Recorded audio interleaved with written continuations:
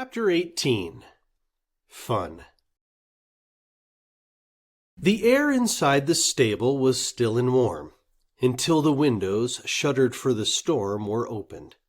Rusty hooks held on to rungs, allowing breath to fill the stable's lungs. Once Clancy raked and piled dampened hay.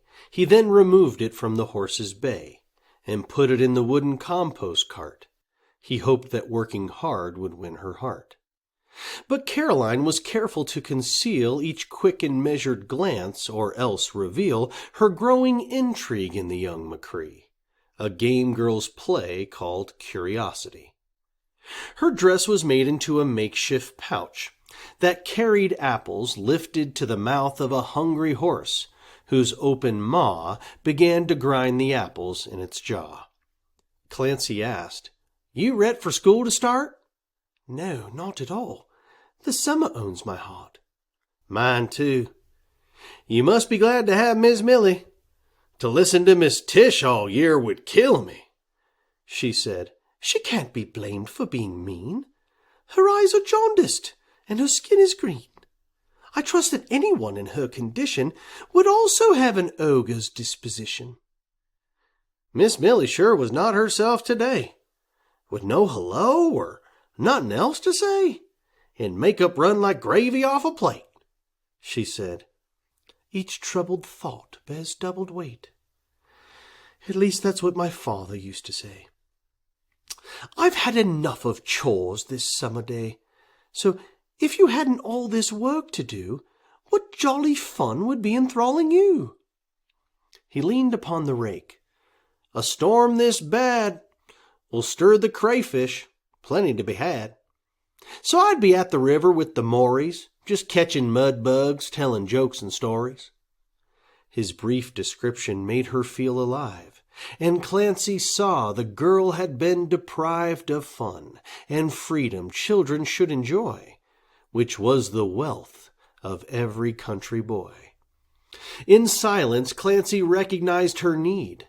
Like him in school, she wanted to be freed.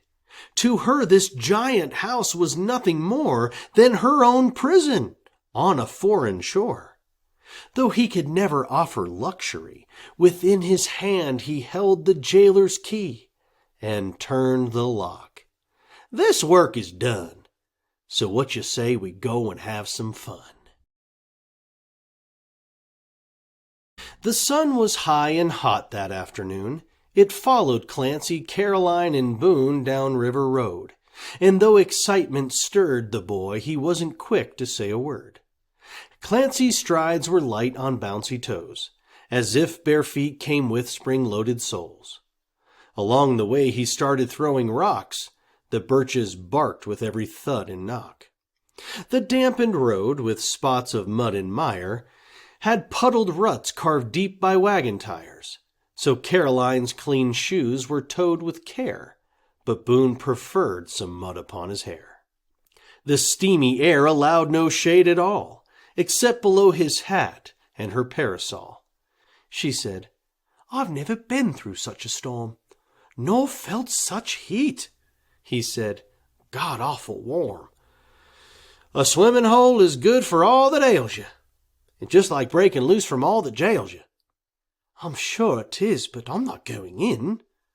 He threw a stick for Boone. "Why not? Can't swim?" "Of course I can, but not in clothes like these." He said, "At least go in up to your knees." "It's quite all right. I'm happy just to sit and watch you catch the crayfish for a bit. In fact, I really should have brought a book." He blankly blinked within his puzzled look. To bring a book down to the swimming hole is putting pig slop on a jelly roll. "You dive in water to escape the heat. I dive in books where magic daydreams meet. In books I'm Joe, I'm Alice and Jane Eyre, and I'm Rapunzel letting down my hair." He said, "Well, let it down then, Caroline. The magic's up in this here Georgia pine. But staring at a book, you're going to miss it. Why read a book when you can go and live it?" His gentle nudge had landed like a kick, while playful Boone returned the muddy stick. So Caroline was quiet till they reached the hidden trailhead to his favorite beach. The path was wild with summer overgrowth, so Clancy bent back branches for them both, and Caroline looked down the narrow trail, then closed her parasol like bundled sails. The faintest sound stopped Boone as still as lead, but then he sniffed the trail and sped ahead. "Whose property is this?" asked Caroline. "I reckon probably Ackerman or Klein." She stopped and said to him, "So you're not sure? Though coming here with you has its allure, I'm not about to trespass like a sneak. To take a swim don't make no one a thief. My brother Jake done found this swimming hole. In all them years ain't never seen a soul down here. So don't you fuss and worry none. We won't get catched, won't even see no one." Although reluctant, Caroline complied and walked the trail while sticking to his side. They reached the split-rail fence which Clancy hopped with practiced hand and nimble foot atop. Unthinkingly he said, "Give her a try." She said, "No one can coax an ox to fly. You may as well request the doe to roar." "So you ain't never hopped no fence before?" She said, "Oh yes, back home it's all the rage. Been hopping fences since a tender age." The girl's sarcasm was so thickly spread, it ran like excess jelly off the bread. "You scared, or reckon that you can't?" "It's only that I care to show restraint. You foxes hopping fences must confess you'd never dare to try it in a dress." It dawned on him that he had much to learn about the levers and the gears that turn within a girl. What animates her parts? What mainspring would unwind a female's heart? Clancy observed that she could not be spurred like boys who buck at every pointed word. Her gentle frame contained a strength inside that comes from one who's unconcerned with pride. Her unpretentious charm was something real that he would never think to harm or steal. "I reckon that you're right. It ain't no matter. Just use them rails like rungs upon a ladder. And when you reach the top, just swing your feet and turn your back to me and have a seat. And when I count to 3, you just fall back. I'll catch you like you're in a burlap sack." "I'm up for fun, but not for tempting fate. Let's walk the fence. We're bound to find a gate." "There ain't no gate for miles. We're crossing here. You gotta trust me." "Trust me. Have no fear." She said, "It's just, it seems so awfully high." "It won't be once you's on the other side."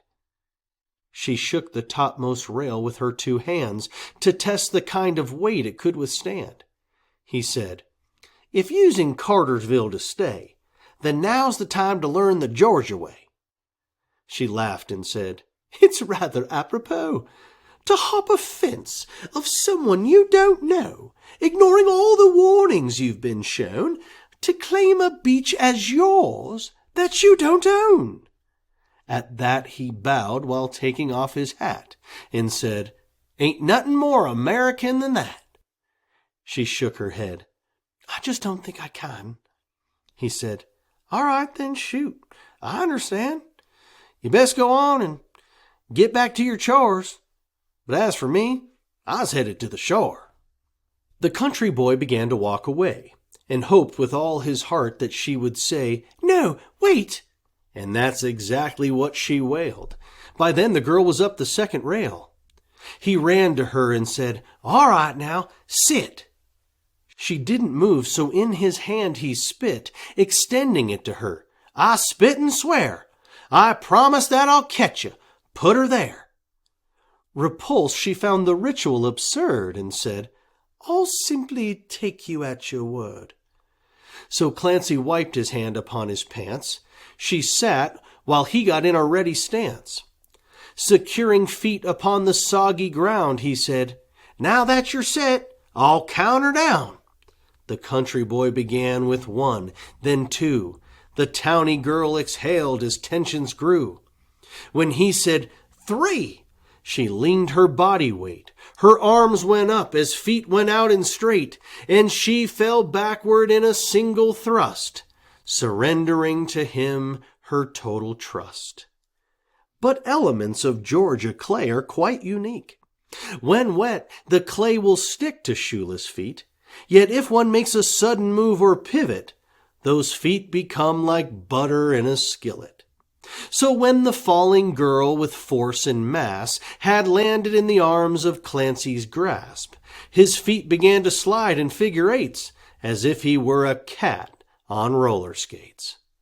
Suddenly the boy was on his back. He winced as stars were flashing in the black. But when his eyes were opened, it exposed that Caroline and he were nose to nose. They both were frozen in the awkwardness, surprised at being close enough to kiss. To feel her body pressing onto his made him ignore the rock between his ribs. Her eyes were full of shock and startlement. Her lips were searching for an argument. But right before the flustered girl could hiss, he asked, "You ever have more fun than this?"